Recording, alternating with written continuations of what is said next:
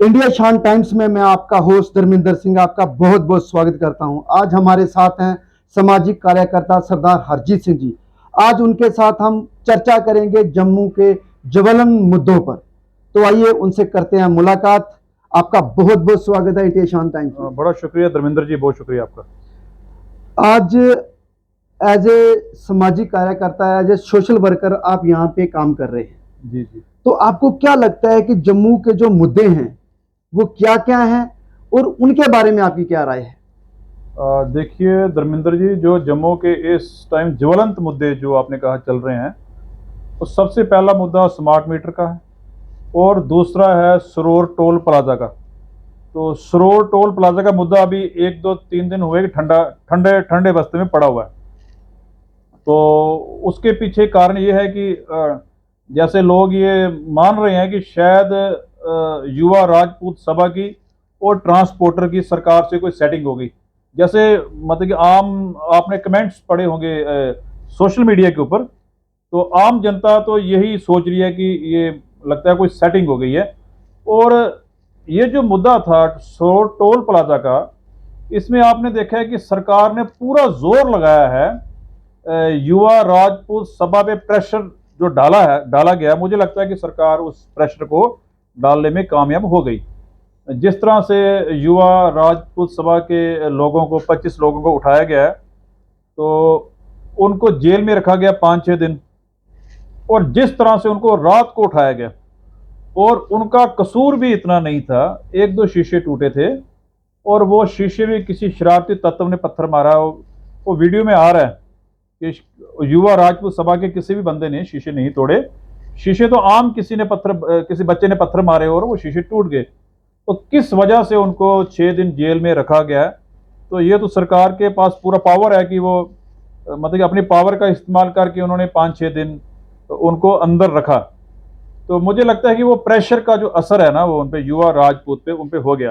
तो जब उनको अरेस्ट किया गया था, आपने देखा कि बसों में कैसे वो हाथ हिला हिला के वो कह रहे थे कि मतलब कि जय जम्मू जय डुग्गर, सरोर टोल प्लाजा हट के रहेगा। तो पहले तो हटने की बात हो रही थी, उसके बाद इन्होंने नारा लगा रहा है कि नो रोड और नो टोल।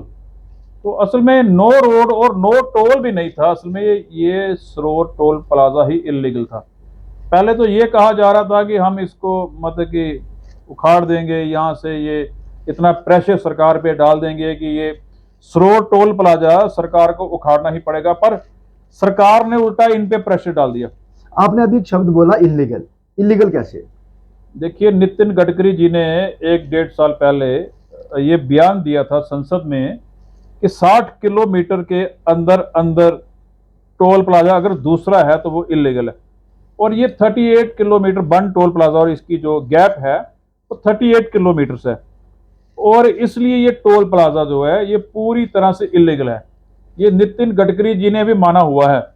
और मुझे ये अभी बात की समझ नहीं आ रही कि क्यों सरकार इस टोल प्लाजा को क्यों नहीं हटा रही। मुझे लगता है कि इन्होंने ठेकेदार को ठेका दे दिया हुआ है, और ये सरकार मुझे लगता है कि ये ठेका दे के खुद ही फंस चुकी है और खुद ही कह रही इलीगल है और खुद ही इसको हटा नहीं रही। तो इसके पीछे मुझे लगा सरकार भी फंस गई हुई है।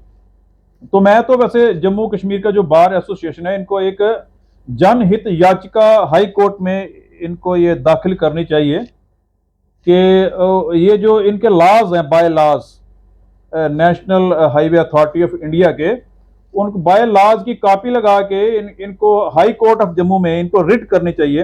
भाई ये बताएं आके कि ये इन्होंने कैसे 38 किलोमीटर के अंदर ये दूसरा टोल प्लाजा लगाया। हम तो ये अपील कर रहे हैं कि बार एसोसिएशन जो जम्मू है उनको ये जनहित याचिका एक कोर्ट में डालनी चाहिए कि उनसे national Highway Authority of India को पूछना चाहिए, भाई आपने ये क्यों 38 किलोमीटर के अंदर है और आप खुद या बायलाज में कह रहे हैं कि 60 किलोमीटर के अंदर अंदर जो टोल प्लाजा है इलीगल है।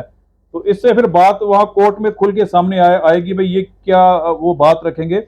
और मुझे लगता है ये जो स्टेप है ये अच्छा होगा अगर बार एसोसिएशन इसको इस मुद्दे को कोर्ट में उठाए तो। जैसे कि बहुत सारे मुद्दे हैं। प्रॉपर्टी टैक्स का मुद्दा है, डिजिटल मीटर का मुद्दा है, टोल प्लाजा का मुद्दा है।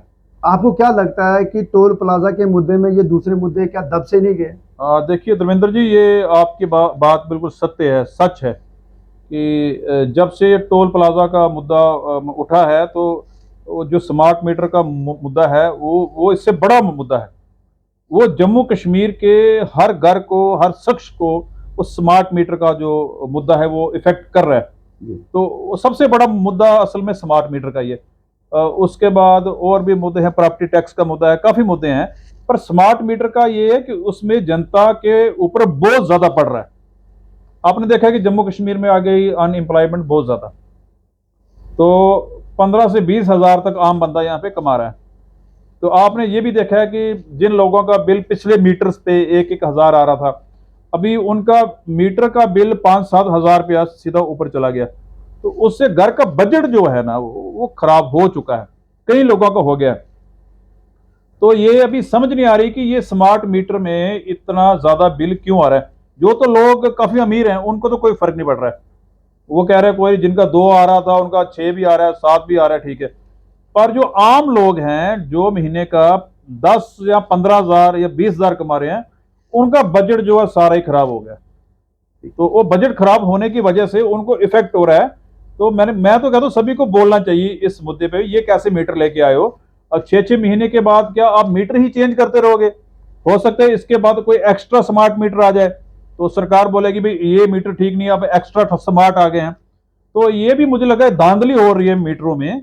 तो सरकार क्या कर रही है कि अपना बजट बढ़ा रही, लोगों के जेब से पैसा कैसे निकालना है, ये सरकार की एक प्लानिंग है कि कैसे जम्मू कश्मीर के जनता से, मैं इनके जेबों से कैसे पैसा बाहर निकाला जाए। तो खुद ही ये बोल रहे थे इस महीने में 30 करोड़ बच गया, 40 करोड़ बच गया है। तो मुझे लगता है कि ये आम जनता को लूटा जा रहा है। तो और भी प्रदेश हैं जैसे पंजाब है, दिल्ली है ना, तो इनमें भी बिजली चलती है, बिजली की खपत होती है, लेकिन वहां पे इतने बिल नहीं आते। तो इसके बारे में क्या? देखिए धर्मेंद्र जी, आपने पंजाब की बात की और दिल्ली की बात की। दिल्ली की जनता को अरविंद केजरीवाल 200 यूनिट बिजली फ्री दे रहा है, तो वो भी तो सरकार चला रहे हैं। पंजाब में 400 यूनिट फ्री है, वो भी सरकार चला रहे हैं। तो उसी तरह जम्मू कश्मीर एक डिस्टर्ब एरिया है, यहाँ पे लोगों की कमाई इतनी नहीं है जितने एलजी साहब ये सोच रहे हैं कि इनके पास आईफोन है, ये है, काफी आते रहे हैं। तो ये मतलब आईफोन देख के मुझे नहीं लगता कि आईफोन लोगों का देखना भी चाहिए। लोगों ने किस्तों पे लिया, किसी ने 500 रुपये महीना, 1000 रुपये महीना। भाई हर बंदे को शौक है कि भाई जलना नहीं चाहिए किसी का आईफोन देख के।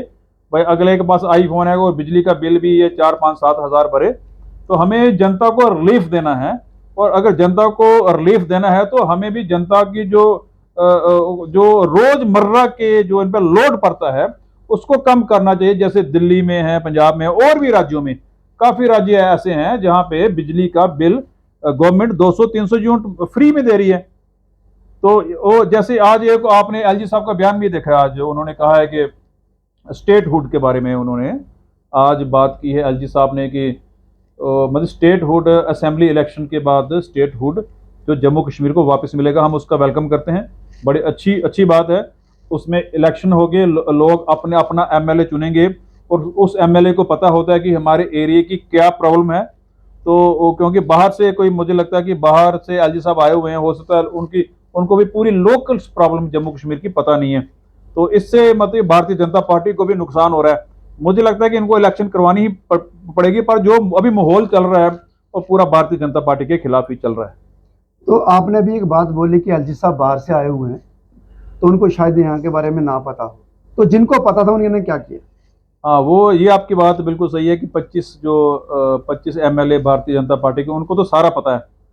पर वो सच बोलने में अभी पूरा मतलब पूरी तरह से सच नहीं बोल रहे हैं। आपको क्या लगता है पूरी तरह से सच क्यों नहीं बोल पा रहे वो? मुझे लगता है कि इसलिए नहीं बोल रहे, हो सकता है भारतीय जनता पार्टी वाले उनको नेक्स्ट टिकट ना दे अपने, तो वो अपनी पार्टी को बचा रहे हैं। पर उनको ये नहीं पता कि जनता पहले है, जनता की आवाज को पहले उठाना चाहिए।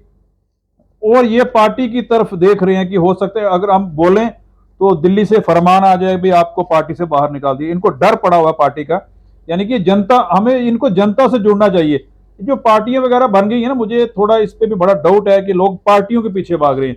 हमने देश के बारे में सोचना है, ना कि पार्टियों के बारे में। देश पहले है, ये पार्टियां बाद में है। आपने देखा कि अगर कोई बंदा एमएलए बन जाता है, कोई मिनिस्टर बन जाता है, उसकी टोन ही चेंज हो जाती है। इतने इतने वीवीआईपी कल्चर, आगे पीछे सिक्योरिटी गार्ड, आगे पीछे 5-5 10-10 गाड़ियां, उस बंदे की टोन ही चेंज हो जाती है। इतना मिसयूज करता है जनता के पैसे का। अगर कोई बंदा मिनिस्टर बन जाए, एमएलए बन जाए, प्रधानमंत्री बन जाए, और फिर जनता के पेड जो टैक्स दे रहे हो उतना बहुत ज्यादा, भारत में तो बहुत ज्यादा मिसयूज हो रहा है।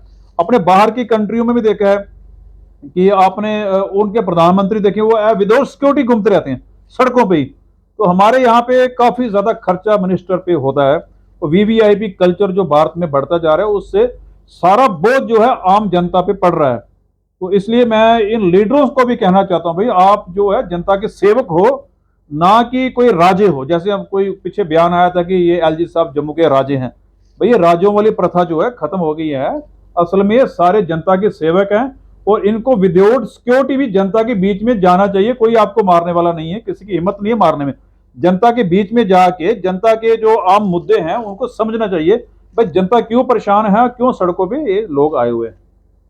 ये थे सोशल एक्टिविस्ट सरदार हरजीत सिंह। आपने इनके विचार सुने। क्या आप इनके विचारों के साथ सहमत हैं?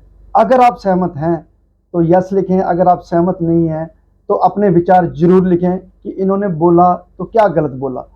और पूरी अपडेट पाने के लिए इस चैनल को सब्सक्राइब भी करें। मिलते हैं आपसे नई अपडेट के साथ। कैमरामैन ललित शर्मा के साथ धर्मेंद्र सिंह, जम्मू।